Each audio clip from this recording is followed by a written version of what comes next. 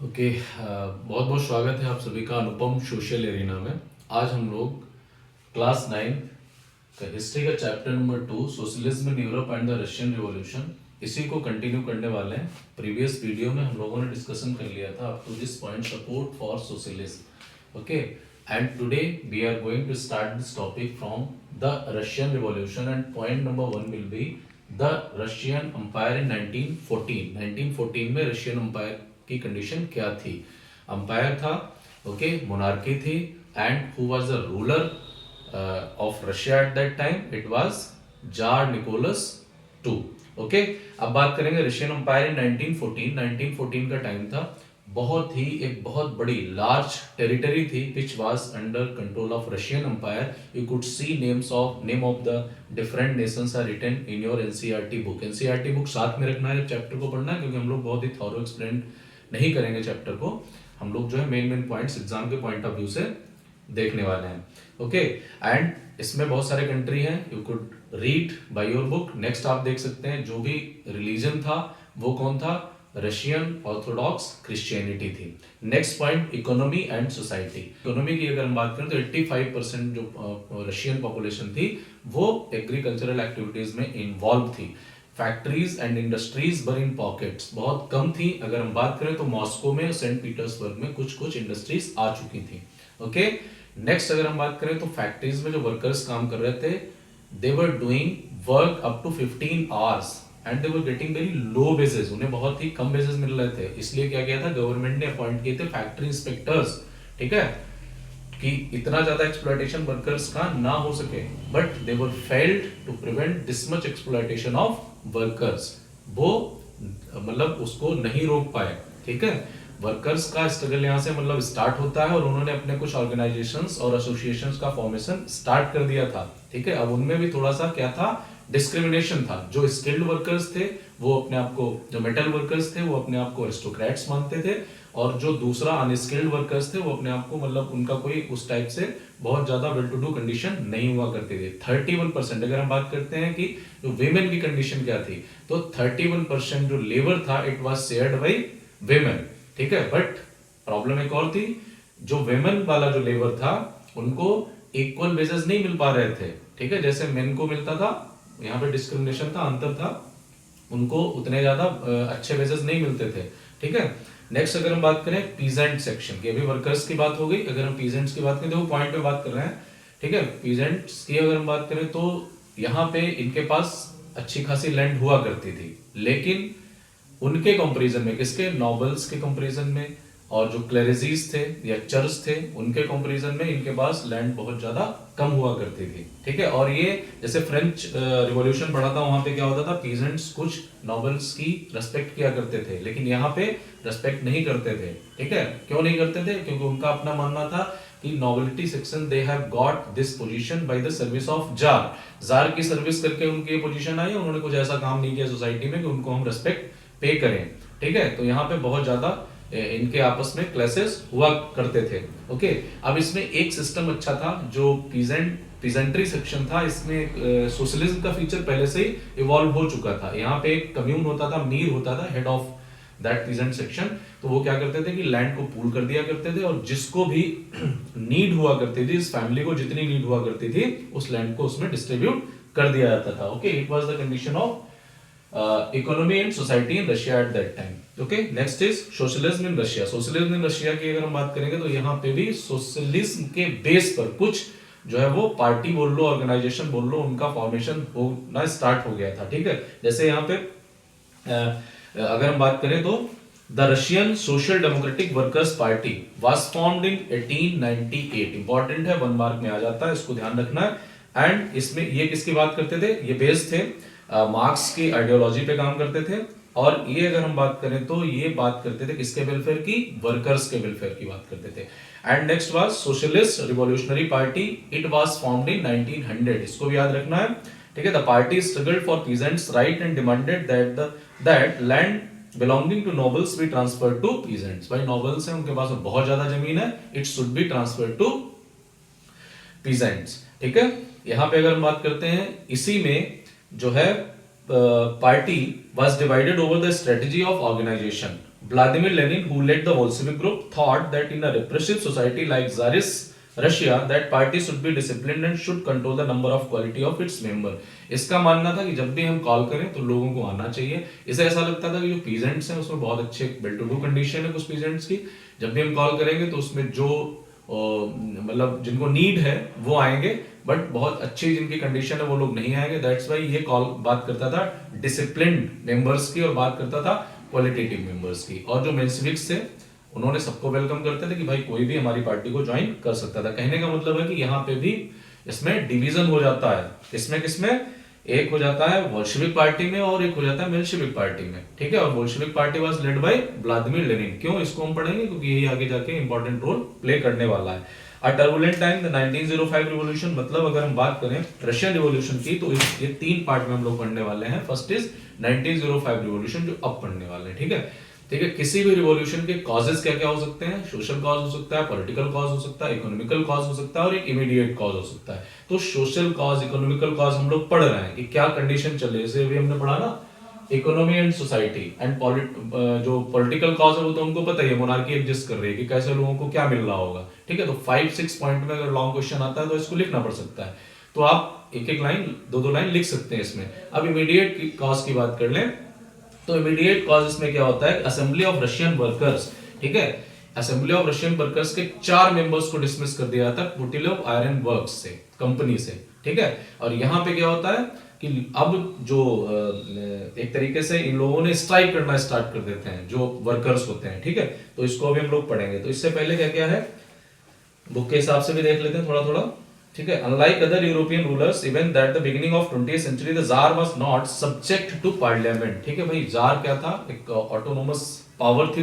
ठीक है. वो कोई भी पार्लियामेंट्री या कोई भी इलेक्शन प्रोसीजर तो था ही नहीं. कहने का मतलब है कि उसके ऊपर कोई क्वेश्चन मार्क नहीं लगा पा रहा था. Liberals in Russia campaigned to end this state of affairs together with the social democrats and social revolutionaries. social democrats, social revolutionaries and liberals. ठीक है. वो एक साथ आकर के इस ये जो तरीका चल रहा है अभी तक इसका एंड करने वाले हैं. ठीक है. Okay. Now they were supported to the empire by nationalist in Poland and instance and in Muslim dominated areas by Jadidist. Jadidist कौन होते हैं, मुस्लिम रिफॉर्मर्स होते हैं, वो उनको जेडिडिस्ट बोला जाता है. ये क्वेश्चन भी 1 मार्क में आ जाता है. ठीक है. Who wanted modernized Islam to lead their societies. ठीक है. अब 1904 का टाइम है. was particularly bad on for Russian workers. Prices of essential goods rose so quickly the real wages declined by 20%. Real wages थे मतलब चीजें जो थी उनके रेट बढ़ गए. अब सैलरी तो उतनी मिल रही है. तो कहने का मतलब क्या है कि जो रियल वेज है वो डिक्लाइन हो गए. कैसे? 20% से. The membership of workers associations rose dramatically. मतलब एसोसिएशंस जो थे बने हुए थे उसमें मेंबर्स बहुत ज्यादा बढ़ने लगे वर्कर्स के. ठीक है. When 4 members of Assembly of Russian Workers, which had been formed in 1904, was dismissed at the Putilov Iron Work, there was a call for industrial action. अब बहुत ज्यादा मेंबर हो चुके थे एसोसिएशंस के पास में, वर्कर्स एसोसिएशंस के पास में. अब उनको कॉल कर लिया गया जब इनको डिसमिस किया गया 4 वर्कर्स को. और किस उसके थे?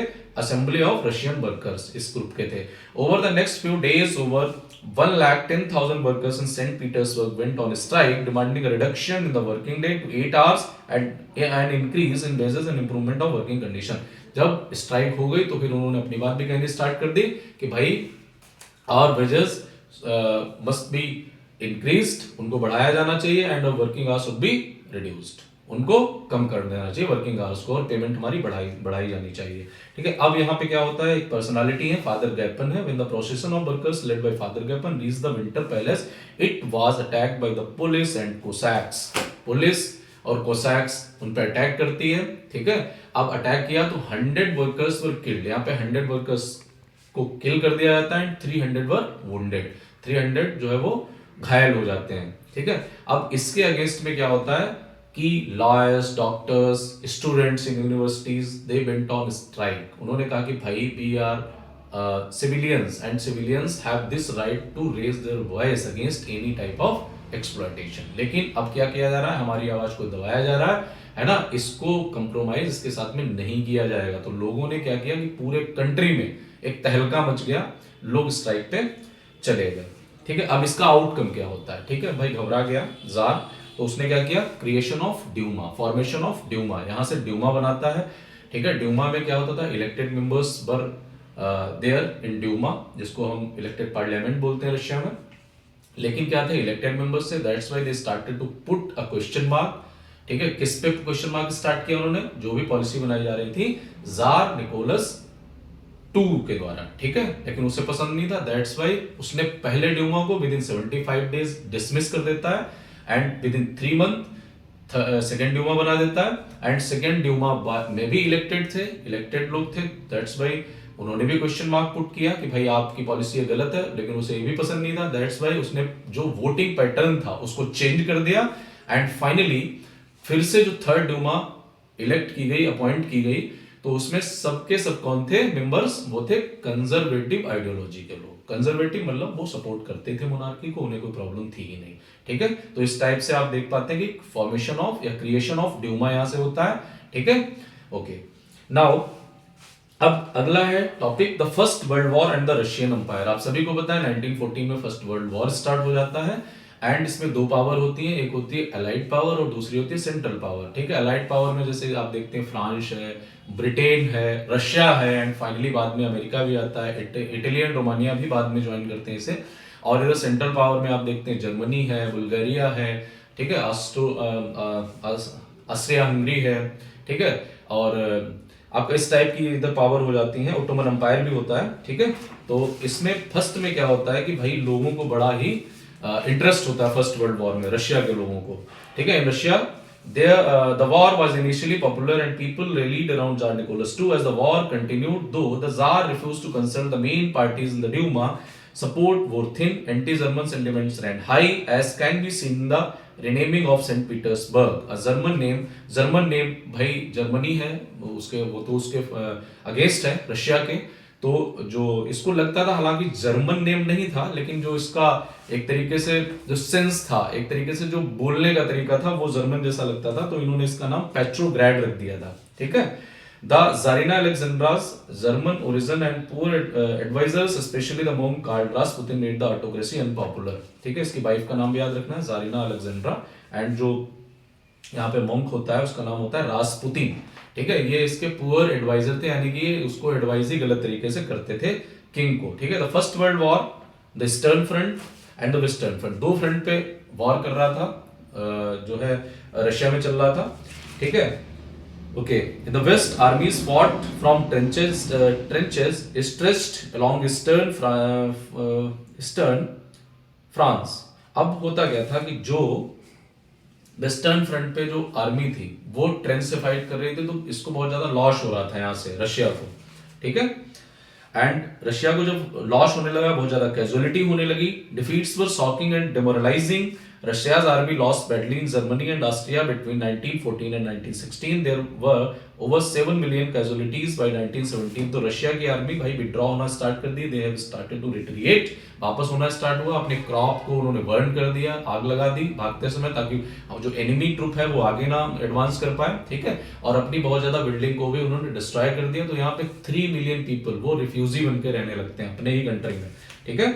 ये हो जाता है, मतलब यह क्वेश्चन बनता है, what was the impact of First World War on Russian Empire. तो आप ये देख यहाँ से इस चीज को बता सकते हैं किस टाइप से इसको आर्मी में कैसे लॉस हुआ, ठीक है। अब हम बात करेंगे कि इसका इंडस्ट्री पे कैसे इंपैक्ट होता है। इंडस्ट्री पे भाई बहुत ज्यादा लोग थे वो रशियन आर्मी में भेजे जा रहे थे, जबरदस्ती भेजा जा रहा था, तो वर्कर्स कम पड़ रहे थे, तो यहाँ पे भी लॉकडाउन हो जाता है, ओके। एंड बाल्टिक सी, वहां पे उस एरिया पे जर्मनी का कंट्रोल हो जाता है, जर्मन एम्पायर वहां पे अपना कंट्रोल कर लेता है, तो वहां पे जो भी ट्रेड एक्टिविटीज हो रही थी वो सब बंद हो जाती हैं। दैट्स वाई जो रॉ मटेरियल है और जो जो जो फाइनल जो मतलब सामान होता है वो भी इधर उधर नहीं जा पा रहा था।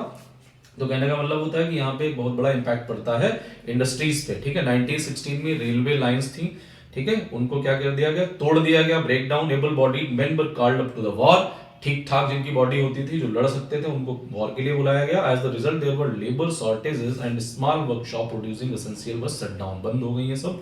Large supplies of grain was sent to feed the army, बहुत ज्यादा जो ग्रेन था वो सबसे ज्यादा आर्मी के पास भेजा जा रहा था, क्योंकि अगर उनके पास ग्रेन नहीं भेजोगे वो लड़ेंगे कैसे। For the people in the cities bread and flour became scarce, लेकिन जो जो बाकी सिविलियंस थे उनके लिए इस अनाज की कमी पड़ रही थी, ठीक है। By the winter of 1916 riots at bread shops were common, और अब 1916 के एंड में क्या होने लगा कि ब्रेड शॉप्स पे राइट्स होने लगे। भाई जैसे आपने देखा था subsistence crisis, the French revolution, सबसे ज्यादा जब दिक्कत कब आती है, जब लोगों को खाने पीने को नहीं मिलता है, और वो क्वेश्चन मार्क किस पे लगाते हैं, रूलर पे लगाते हैं, ठीक है, और वो अपना स्ट्राइक करना स्टार्ट कर देते हैं। द फेब्रुअरी रिवॉल्यूशन इन पेट्रोग्रेड, ठीक है, जैसे 1916 लास्ट था, राइट्स होने लगे थे ब्रेड शॉप्स पे, अब स्टार्ट हो गया टाइम 1917 का सेकंड फेज, जैसे आप देखते हैं the February revolution in Petrograd. February just एक महीने के बाद में, जनवरी के बाद में फेब्रुअरी आ जाता है, और ऑलरेडी यहाँ पे बहुत ज्यादा प्रॉब्लम हो रही थी इसको, लोगों को, because they were not getting the food items and it was the riots, मतलब different types of riots were on the food shops. Winter में कंडीशन बहुत ज्यादा खराब हो गई पेट्रोग्रेड की। In February 1917 food shortages were deeply felt in workers quarters, workers के पास में खाने पीने के आइटम नहीं थे, okay. The winter was very cold. There had been exceptional frost and heavy snow, बहुत ज्यादा ठंड भी हो रही थी। On 22nd February, a lockdown took place at the factory on the right bank, ठीक है, राइट बैंक पे फैक्ट्री में लॉकआउट कर दिया जाता है। The next day, workers in 50 factories called a strike in sympathy, और जब यहाँ की फैक्ट्रियां बंद हो जाती हैं तो और भी 50 फैक्ट्रीज हैं वहां पे भी लॉकआउट, वर्कर्स स्ट्राइक पे चले जाते हैं, लॉकआउट कर देते हैं इनको सपोर्ट करने के लिए। In many factories, women led the way to strike. This came to be called the International Women's Day. यहीं से इंटरनेशनल वुमेन डे की स्टार्टिंग होती है, ठीक है, 22 फरवरी। जैसे वैसे होता है कि रशियन कैलेंडर और जो आज का कैलेंडर हम लोग फॉलो कर रहे हैं उसमें 13 डेज का डिफरेंस है, तभी हम लोग कब मनाते हैं इंटरनेशनल वुमेन्स डे, 8 मार्च को, ठीक है, ध्यान रखना इस चीज को। Okay, finally on Sunday 25 February the government suspended the Duma. अब यहाँ पे क्या होता है, गवर्नमेंट ने सस्पेंड कर दिया ड्यूमा को, जो थर्ड ड्यूमा बना था उसको भी सस्पेंड कर दिया गया। Demonstrators return in force to streets and left bank on the 26 February. Left bank पे जो नोबल क्लास रहता था, राजा लोग रहते थे, ठीक है, वहां पे लोग आ गए, एंड जो लोग वर्कर्स आ जाते हैं, they have started to raise their voice and slogan about bread, wages, better hours and democracy, ठीक है, हमें भैया खाने पीने को मिलना चाहिए, ठीक ठाक पैसे मिलने चाहिए, और ठीक ठाक जो है हमारे आर्स कम कर देने चाहिए, और डेमोक्रेसी के लिए ये सब डिमांड करने लगे थे workers. By that evening soldiers and the striking workers had gathered to form a Soviet और council in the same building as the Duma met. This was the Petrograd Soviet. Finally the tsar abdicated on 2 March. ऐसा होता है, यहाँ पे भी series of events चल रहा होता है, ठीक है। जैसे 25 फरवरी को क्या होता है, the government suspended the Duma, जैसे अभी मैंने बात की। Politicians spoke out against the measure. Demonstrators, जैसे जो पॉलिटिशियंस थे वो भी अब इनके अगेंस्ट हो गए, जार के अगेंस्ट हो गए, क्योंकि वो भी तो अपनी एक सीट ऑक्युपाई करे बैठे थे, कहाँ पे, ड्यूमा में, पार्लियामेंट में, ठीक है, तो उन्होंने भी इनके अगेंस्ट हो गए। Demonstrators return to force to the street of left bank on the 26 on the 27 and police headquarters were ransacked, इसको भी तोड़ दिया गया। The streets thronged with people raising slogans about bread, wages, better hours and democracy. The government tried to control the situation and called out the cavalry once again. फिर से घुड़सवारों को बुला लिया जाता है, ठीक है, घोड़े वाली आर्मी को बुला लिया जाता है कैवलरी को, कि भैया इनको फिर से सप्रेस करो इस स्ट्राइक को। However, the cavalry refused, अब इन्होंने मना कर दिया, to fire on the demonstrators, and officer was shot at the barracks of the regiment and 3 other regiments mutinied.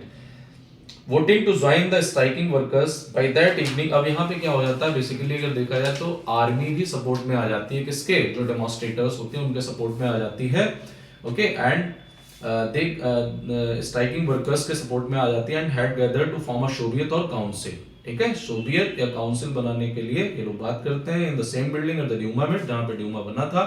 This was the Petrograd Soviet, इसको क्या बोला जाता है, Petrograd Soviet. The very next day, a delegation went to see the Tsar. Tsar के पास जाता है delegation. Military commanders advised him to abdicate. उसको military command बोलते हैं, कमांडर्स बोलते हैं भैया आप तुम अपना जो है सिंहासन छोड़ दो, abdicate करो अपनी इसको। He followed their advice and abdicated on 2 March. कुछ बचा ही नहीं था तो फॉलो करनी पड़ी उसको उनकी एडवाइस, और उसने क्या कर दिया, 2 मार्च को अपना जो है वो हट जाता है, abdicate कर देता है। Soviet leaders and Duma leaders formed a provisional government. यहाँ पे क्या होता है, formation of provisional government to run the country. Russia's future would be decided by constituent assembly elected on the basis of universal adult suffrage. Petrograd had led the February revolution that brought down the monarchy in February 1917. अब देखिए यहाँ पे होता क्या है, यहाँ पे main क्या है, द फेब्रुअरी रिवॉल्यूशन इन पेट्रोग्रेड, ठीक है, कंडीशन, मतलब इसका मेन कॉज कहाँ पे आ जाता है, इमीडिएट कॉज क्या हो जाता है, सब्सिस्टेंस क्राइसिस हो गई, मतलब लोगों को ब्रेड खाने पीने की चीजें नहीं मिल रही थी, फूड ग्रेन नहीं मिल रहा था, that's why they have started the rights on the bread shops. ये कंडीशन आ गई, बहुत ज्यादा सर्दी हो गई, विंटर्स भी बहुत ज्यादा हो गई और अब लोगों ने लॉकआउट कर दिया, ठीक है। ये सब होने के बाद में इसका आउटकम क्या होता है, फॉर्मेशन ऑफ, पहला पॉइंट है abdication of jar and second point अगर हम देखें तो फॉर्मेशन ऑफ प्रोविजनल गवर्नमेंट। तो इस टाइप से अगर फेब्रुअरी रिवॉल्यूशन भी पूछा जाता है तो आपको मेन पॉइंट्स, 2-3 पॉइंट्स आपके पास में होने चाहिए, की पॉइंट्स, और उनके बेस पे आप जो है पूरा 6 पॉइंट मिनिमम आप लिखते हैं, ठीक है। अगर आपके 6 पॉइंट तैयार हैं तो शॉर्ट आएगा, 3 to 4 पॉइंट्स आपको लिखने पड़ेंगे, तो वो आपके ऑलरेडी तैयार होंगे, ठीक है। मेन की पॉइंट्स को ध्यान में रखना है, बाकी आप आंसर लिख सकते हैं, थोड़ा सा एक कहानी अगर थोड़ी सी आपके पास में आइडिया है, okay. Now after February, after February क्या होता है इसकी बात कर लेते हैं। Army officials, land owners and industrialist were influential in the provisional government. अब फेब्रुअरी के बाद में क्या होता है, सबको पता है कि भाई अभी यहाँ पे सबसे ज्यादा डोमिनेंस किसका है प्रोविजनल गवर्नमेंट में, जो बड़े लोग हैं, ठीक है, प्रॉपर्टी में है, लैंड ऑनर्स है, इंडस्ट्रियलिस्ट है, उनका है dominance, but the liberals as well as socialist among them work towards an elected government, ठीक है। लेकिन अभी भी क्या चल रहा है, लिबरल्स हैं, सोशलिस्ट हैं, और जो ये लोग किसके लिए बात कर रहे हैं कि भैया इलेक्टेड गवर्नमेंट होनी चाहिए, ठीक है। ये तो ठीक है, आपने एक सोवियत बना ली, काउंसिल बना ली, ठीक है, उसको हटा के, जार को हटा के, लेकिन अब ये लोग बात करें कि भैया कैसी गवर्नमेंट होनी चाहिए, इट शुड बी इलेक्टेड, लोग उसको इलेक्ट करें, ठीक है। In April 1917 the Bolshevik leader Vladimir return to Russia from his exile. बाहर से आ जाता है लेनिन, जैसे अभी बताया था बोल्शेविक पार्टी का लीडर कौन होता है, व्लादिमीर लेनिन, और वो बाहर से यहाँ आ जाता है, कहाँ, अपने कंट्री में। 3 डिमांड्स ऑफ लेनिन्स अप्रैल थेसिस, यहाँ पे बहुत इंपॉर्टेंट क्वेश्चन बनता है, अप्रैल थेसिस क्या थी, मतलब अप्रैल थेसिस क्या उसने थेसिस दी थी, अप्रैल में दी थी, ठीक है, किसने, व्लादिमीर लेनिन ने। उसमें 3 पॉइंट्स मेन होते हैं, ठीक है। इस पे भी हम लोग बात कर लेते हैं, एक second.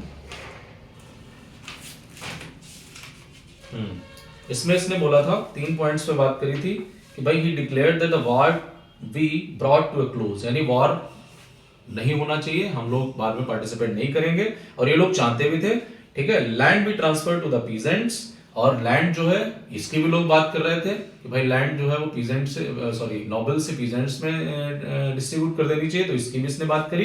And third point was banks to be nationalised, और बैंक को नेशनलाइज किया जाना चाहिए, करेंसी यूनिक होनी चाहिए कि ताकि ट्रेडिंग एक्टिविटीज में कोई प्रॉब्लम ना आए, ठीक है। कि जैसे आप यूपी की कोई बैंक है और एक एमपी की बैंक है, या फिर सपोज अरुणाचल प्रदेश की बैंक है, वहाँ पे करेंसी और चीजें वो सब डिफरेंट है अकॉर्डिंग टू पर्टिकुलर रीजन, तो उससे क्या होता है, यूनिफॉर्मिटी नहीं आ पाती है, तो इसकी भी उसने बात करी थी, और इस चीजों, सभी चीजों की तरफ लोग देख रहे थे कि ऐसा कुछ हो जाना चाहिए, ठीक है।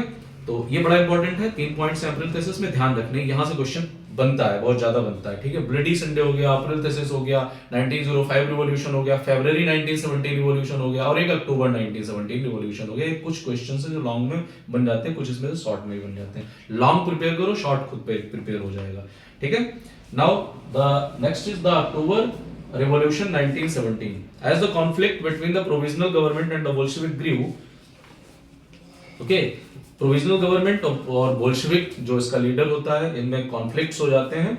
इसके बाद में ही क्या होगा, जो है अक्टूबर, द रिवॉल्यूशन ऑफ अक्टूबर 1917 होगा, ठीक है। Lenin feared the provisional government would set up a dictatorship. इसने लोगों को बताया, लेनिन ने, कि भैया अब जो है ये इलेक्टेड गवर्नमेंट तो है नहीं, तो ये डिक्टेटरशिप सेटअप कर देगी। In September he began discussions on an uprising against the government. Bolshevik supporters in the army, Soviet and factories were brought together. जो भी बोल्शेविक आइडियोलॉजी के सपोर्टर्स थे, ठीक है, वो सब क्या हो गए, एक साथ आ गए।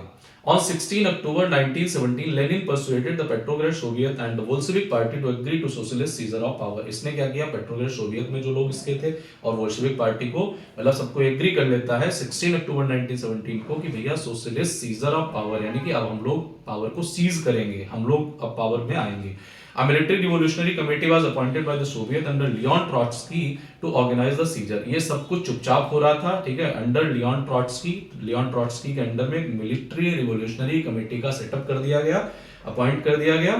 The date of the event was kept a secret, और डेट को सीक्रेट कर दिया गया, रखा गया। The uprising began on 24 October. Sensing trouble, prime minister Kerensky had left the city to summon troops. अब क्या गया, 24 अक्टूबर को भाई जो है वो अपराइजिंग स्टार्ट हो जाती है, इन्होंने अपना एक्शन स्टार्ट कर दिया, और केरेंस्की जो होते हैं प्राइम मिनिस्टर, उन्होंने क्या किया, सिटी को छोड़ दिया, यानी भाग गए। At dawn, military men loyal to the government seized the building of two Bolshevik newspaper। जो Bolshevik newspaper की बिल्डिंग थी, जो एक तरीके से प्रो जारिस्ट हैं, उसके जार के सपोर्टर हैं, सॉरी जार नहीं यहाँ पे बोलेंगे, अगर हम बात करेंगे जो प्रोविजनल गवर्नमेंट है उसके जो सपोर्टर हैं, ठीक है, उन्होंने क्या किया कि जो बोल्शेविक की दो बिल्डिंग्स हैं उनको क्या कर दिया, सीज कर दिया। प्रो गवर्नमेंट बात करेंगे, प्रो जारिस्ट बात नहीं करेंगे यहाँ पे, यानी supporters of government. Pro government troops were sent to take over telephone and telegraph offices and protect the Winter Palace। और इनको जिम्मेदारी दी गई, टेलीग्राफ ऑफिस वगैरह प्रोटेक्ट करो, विंटर पैलेस को प्रोटेक्ट करो। इन अ स्विफ्ट रिस्पांस, लेकिन तुरंत ही रिस्पांस दिया किसने, जो बोल्शेविक वाली पार्टी है, इन लोगों ने। The military revolutionary committee ordered its supporters to seize government officers and arrest ministers. इन्होंने एक्शन लिया कि भैया गवर्नमेंट के ऑफिस को सीज करो, मिनिस्टर्स को गिरफ्तार कर लो। Okay, late in the day the ship Aurora shelled the winter palace. Aurora shelled मतलब बॉम्बिंग, जो सेलिंग मतलब क्या होता है कि फायर करना, बॉम्बिंग कर देना, उसको विंटर पैलेस पे कर दिया अरोरा ने, शिप ने। Other vessels sailed down the Neva and took over the various military points. और भी वेसल्स होते हैं जो उनको क्या कर दिया गया, सेल डाउन कर दिया गया। नेवा जो रिवर है वहां पे, उसमें वो जाते हैं और क्या करते हैं, वेरियस मिलिट्री पॉइंट्स, जहां पे भी मिलिट्री पॉइंट्स हैं उनको सबको अपने कंट्रोल में कर लिया। बाय नाइटफॉल, रात होने तक, the city was under the committees control and the ministers had surrendered. रात होते होते मिनिस्टर्स ने सरेंडर कर दिया, ठीक है, और सिटी जो था वो क्या था, किसके कंट्रोल में आ गया, इनके कंट्रोल में आ गया, जो मिलिट्री रिवॉल्यूशनरी कमेटी थी। At the meeting of the all Russian congress of Soviet in Petrograd, अब जो all Russian congress of Soviet होती है पेट्रोग्रेड में, उसकी मीटिंग में the majority approve the Bolshevik action. Bolsheviks के साथ में लोग एग्री थे कि भाई जो किया वो सही किया। Uprising took place in the other cities, फिर दूसरे सिटी में भी अपराइजिंग होती है। There was heavy fighting specially in Moscow, Moscow में बहुत ज्यादा फाइट होती है, but by December the Bolsheviks control the Moscow Petrograd area. और दिसंबर तक मॉस्को वाला और पेट्रोग्रेड वाला एरिया जो है वो पूरा इन्होंने अपने अंडर में ले लिया, ठीक है, ओके, ठीक है। तो यहां तक हम लोगों ने चैप्टर को पढ़ लिया है, एग्जाम के पॉइंट ऑफ व्यू से भी पढ़ लिया कि क्या क्या क्वेश्चन बन सकते हैं, ठीक है। तो थोड़ा सा पार्ट और बचा है, वो हम लोग नेक्स्ट वीडियो में करेंगे। Thank you.